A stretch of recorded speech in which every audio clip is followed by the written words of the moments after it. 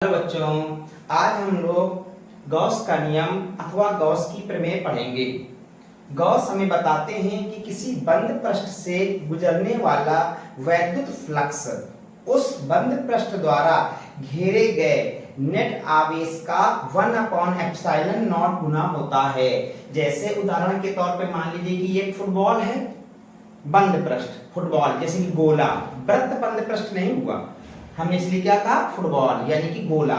इस बंद पृष्ठ के भीतर मान लीजिए कि यहाँ पर हमने केंद्र पर एक प्लस क्यू आवेश रख रखा है, तो वो हमें बता रहे हैं कि इस बंद पृष्ठ से जितना भी निर्गत वैद्युत फ्लक्स होगा वो इस आवेश का बंद पृष्ठ द्वारा घेरे गए नेट आवेश का, जैसे कि हमने यहाँ पे आवेश के रूप में एक ही आवेश रखा है, नेट आवेश भी यही हो गया, इसका 1/ε0 गुना होगा, यानी Q इंटू 1/ε0 मीन Q/ε0 होगा।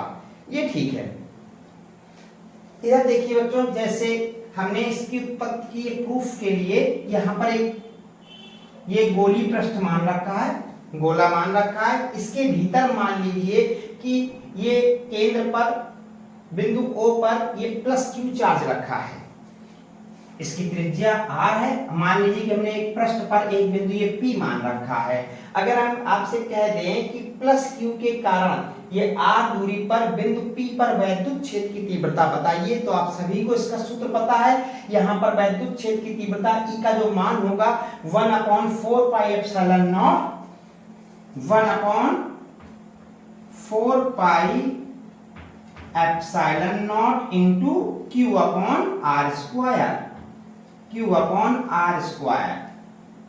वैद्युत क्षेत्र की दिशा आपको मालूम है कि ये प्लस क्यू चार्ज है, तो प्लस क्यू के कारण वैद्युत क्षेत्र की तीव्रता कहाँ की ओर होगी, बाहर की ओर, क्योंकि वैद्युत बल रेखाएं प्लस क्यू से कहाँ निकलती हैं, बाहर की ओर निकलती हैं। इस प्रकार यहाँ पर वैद्युत क्षेत्र का ये हमारा वेक्टर ई बन गया। ये ठीक है बच्चों, ठीक ठीक मिलाने वाली रेखा में बाहर की ओर।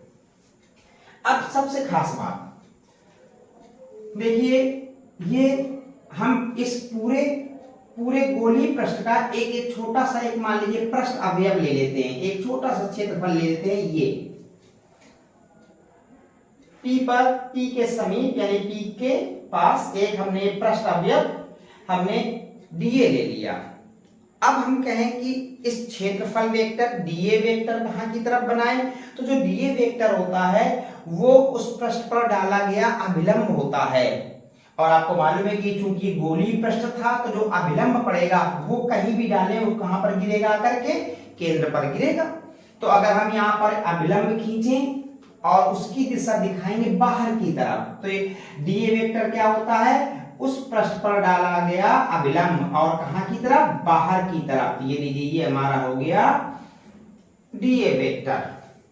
इस प्रकार हमने अपनी सुविधा के लिए ई और डीए के बीच एंगल बना लिया है 0 डिग्री। ठीक है, तो पृष्ठ अवयव डीए से गुजरने वाला वैद्युत फ्लक्स, देखिए वैद्युत फ्लक्स को मैं अपने आसान शब्दों में आपको बताऊं कि वैद्युत फ्लक्स है क्या। वैद्युत फ्लक्स जैसे कि इस पृष्ठ के भीतर ये हमारा क्यू आवेश रखा हुआ है, तो इससे क्या निकलेंगी, वैद्युत बल रेखाएं निकलेंगी। तो ये जो वैद्युत बल रेखाएं हैं वो किसी क्षेत्रफल से होकर गुजरेंगी। तो बस किसी क्षेत्रफल से, किसी पृष्ठ अवयव से या किसी पृष्ठ से गुजरने वाले वैद्युत बल रेखाओं की संख्या की माप को ही हम वैद्युत फ्लक्स कहते हैं। और हमें वैद्युत फ्लक्स का सूत्र याद होना चाहिए कि वैद्युत फ्लक्स जो हमारा आपका डी फाई ई है, तो ये होता है वेक्टर ई और डॉट वेक्टर डी। ठीक है, बस आपको कुछ नहीं करना, इसका विस्तार कर दीजिए और किसकी वैल्यू लाके रख देंगे यहाँ पे ई की, और आसानी से हम गॉस का प्रमेय पा जाएंगे। चलिए आगे बढ़ते हैं। हम आपसे कह दें D phi E equal to, इसका विस्तार हो जाएगा E D A cos theta, और दिखाए गए चित्र में थीटा कितना दिखाया जा रहा है, 0 डिग्री, तो यहाँ पे थीटा 0 डिग्री रख दीजिए, तो आपका बनेगा D phi equal to E D A, because theta equal to 0। यहां थीटा आपका 0 डिग्री दिखाया गया है। चलिए अब यहाँ पर हम विस्तार कर देते हैं ई का मान लाके यहाँ रख देते हैं। चलिए ई का मान रख दीजिए, तो क्या हमारा आएगा डी फाई इक्वल टू, अगर हम ई का मान रख दे तो ये आएगा 1/4 pi epsilon 0 into Q upon R square into D A. ठीक है, यहां पर ई का ला करके हमने मान रख दिया है। यहां तक आसान बिल्कुल लगा हमें। अब चलिए आगे बढ़ते हैं। तो अब हम आपसे कह दें कि इस पूरे पृष्ठ से, संपूर्ण पृष्ठ से निर्गत वैद्युत फ्लक्स, संपूर्ण पृष्ठ से निर्गत वैद्युत फ्लक्स, तो आप जान गए क्या कर देंगे, यस समाकलन कर देंगे। संपूर्ण पृष्ठ से निर्गत फ्लक्स से निर्गत वैद्युत फ्लक्स, ये क्या होगा, यानी कि अगर हम चाहते हैं फाई तो हम इंटीग्रेशन कर दें किसका, यस डी फाई का, और यहां सफिक्स में ई लगा देते हैं, इलेक्ट्रिक फ्लक्स होने का संकेत है ये फाई ई। ठीक है, तो यानी कि डी फाई का समाकलन कर दें तो वही क्या निकल आया, हमारा संपूर्ण पृष्ठ के लिए निकल आया। चलिए ये फाई ई की वैल्यू यहां उठा के रख दीजिए। तो अगर हम रख दें वैल्यू तो आपका ये दिखाई दे रहा है फाई ई इक्वल टू, और इंटीग्रेशन में ये रखेंगे तो सब कुछ बाहर आ जाएगा, किसको छोड़ करके, यस डी ए को छोड़ के बाकी चीजें कहां रख सकते हैं, बाहर, तो बाकी चीजें बाहर ले आइए। बाहर कौन कौन आ गया, Q upon 4 pi epsilon not into R square बाहर आ गया, और इंटीग्रेशन में कौन बचा, इंटीग्रेशन में बचा डी ए।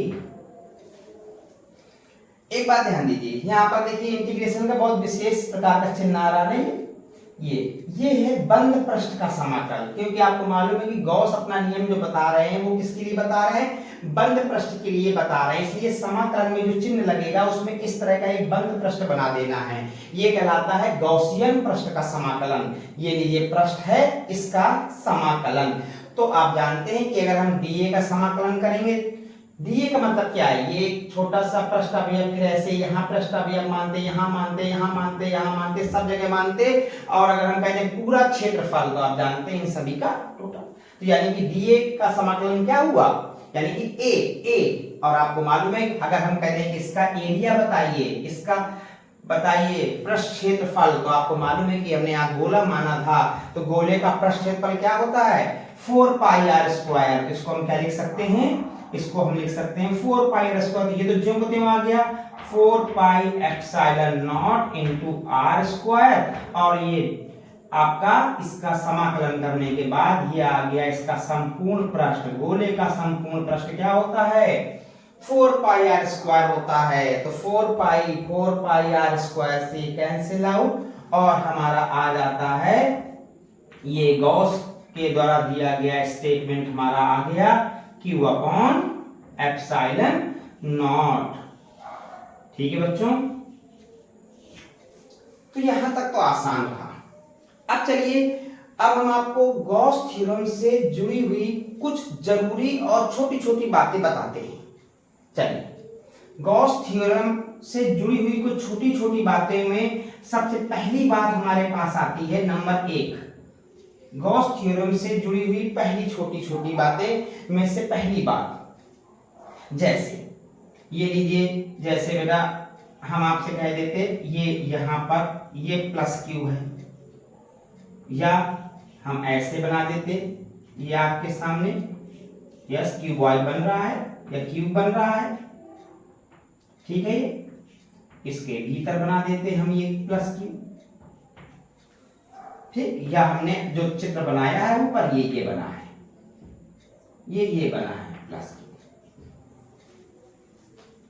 तो हमें कहें कि ये विभिन्न प्रकार की बंद आकृतियां बनी हैं, ठीक, ये कोई अनियमित आकृति बनी हुई है, ये आपका क्यूब बना हुआ है, ये आपका गोला बना हुआ है। तो इन सभी आकृतियों से में अगर हम कह दें कि बताइए नेट वैद्युत फ्लक्स क्या होगा, ये वैद्युत फ्लक्स क्या होगा, तो क्या होगा नेट आवेश अर्थात Q का 1/ε0 अर्थात Q/ε0। इसलिए सरलता के लिए ऐसा चित्र माना गया था जिससे कि डेरिवेशन हमारा आसान रहे। ठीक है, ये पहली महत्वपूर्ण बात है। दूसरी बात देखिए बेटा, जैसे मान लीजिए कि ये हमारा एक बंद पृष्ठ है। अब हो सकता है कि इस बंद पृष्ठ के भीतर ये मान लीजिए प्लस Q1 रखा है, ये माइनस Q2 रखा है, ये प्लस Q3 रखा है, इतने सारे चार्ज रखे हैं। तो अब ये होता है कि इससे निर्गत नेट वैद्युत फ्लक्स की अगर हमें गणना करनी है तो ये क्या होगा, ये लीजिए, इससे गुजरने वाला जो वैद्युत फ्लक्स निकलेगा वो क्या निकलेगा, ये निकलेगा हमारा, ये देखिए बच्चों, Q अपॉन एप्सिलॉन नॉट। तो Q में हम यहाँ पर करेंगे सिग्मा Q, ये प्लस में, ये माइनस में, और ये प्लस में, तो Q1 माइनस Q2 और प्लस Q3 का 1 अपॉन एप्सिलॉन नॉट, यानी कि अपॉन एप्सिलॉन नॉट नेट आवेश। तो नेट आवेश में क्या करेंगे, सभी आवेशों को जोड़ देंगे, लेकिन प्लस वाला प्लस चिन्ह में और माइनस वाला माइनस चिन्ह में। तो यहां पर हमारा बनेगा ये फाई ई इक्वल टू, एक प्रकार से इसको और अच्छा लिखना चाहें तो sigma Q upon epsilon not. ये ठीक है, ये दूसरी महत्वपूर्ण बात। और अगर बेटा इसी में मान लीजिए कि हम यहां पर मान लीजिए एक आवेश Q4 लिख देते, क्या लिख देते, Q4, चाहे माइनस में चाहे प्लस में, से कोई दिक्कत नहीं। बताइए बच्चों, इसको हम बंद पृष्ठ के कहां दिखा रहे हैं, बाहर। अब गॉस थ्योरम में क्या बताता है, उस पृष्ठ द्वारा परिबद्ध नेट आवेश, यानी कि यहां पर इस फार्मूले में वही आवेश रखा जाएगा जो बंद पृष्ठ के कहां होगा, भीतर होगा, बाहर वाले आवेश को हम लोग नहीं लेंगे, ठीक। और तीसरी बात, हम आपसे कह दें कि ये एक आवेश है प्लस Q, इसी बात को दोहराने जा रहा हूं मैं, और ये एक हमारा ये बंद पृष्ठ है। अब इस बंद पृष्ठ से निर्गत वैद्युत फ्लक्स क्या होगा, इस बंद पृष्ठ से निर्गत वैद्युत फ्लक्स क्या होगा, आप इसका आंसर पहले ही जान चुके हैं, क्या होगा, शून्य होगा, 0 होगा, ठीक है। अगर हम कहते हैं इस बंद पृष्ठ से निर्गत वैद्युत फ्लक्स बताइए तो क्या होगा, शून्य होगा। अब एक आखिरी बात, अगर हम आपसे कह दें, कि यह एक पृष्ठ है, बंद पृष्ठ है, वैद्युत बल रेखाएं इस बंद पृष्ठ में भीतर प्रवेश कर रही हैं, वैद्युत बल रेखाएं इस बंद पृष्ठ के भीतर प्रवेश कर रही हैं, बताइए तो वैद्युत फ्लक्स कैसा होगा, धनात्मक होगा कि ऋणात्मक होगा। बहुत आसान सा उत्तर बताइए बेटा, अगर वैद्युत बल रेखाएं भीतर जा रही हैं तो इस प्रकार से आप कल्पना कर सकते हैं कि अंदर कैसा चार्ज रहा होगा, हाँ, क्योंकि आपको मालूम है कि माइनस चार्ज की तरफ बल रेखाएं जाती हैं, तो यानी कि भीतर अगर माइनस Q है तो वैद्युत बल रेखाएं भीतर जाएंगी सामान्यतः। और हम कह दें कि इस बंद पृष्ठ से वैद्युत बल रेखाएं कहां जा रही हैं, बाहर, तो वैद्युत फ्लक्स कैसा होगा, धनात्मक होगा, जैसा कि हमने इस चित्र में दिखाया है। देख लीजिए, धनावेश है, वैद्युत बल रेखाएं कहां निकलेंगी, बाहर की तरफ निकलेंगी। अगर हम चाहें तो इन्हीं दोनों बातों के आधार पर इसका उत्तर भी समझ सकते हैं कि एक बार वैद्युत बल रेखाएं अंदर गई तो भीतर प्रवेश करने पे हम कैसा वैद्युत फ्लक्स मान सकते हैं, ऋणात्मक। फिर एक बार कहां गई, बाहर, तो कैसे हो गया, धनात्मक। तो नेट आंसर क्या आ गया, 0, ठीक है। आई होप बच्चों आपने अब गॉस थ्योरम के यहां पर बिल्कुल क्लियर कर लिया होगा।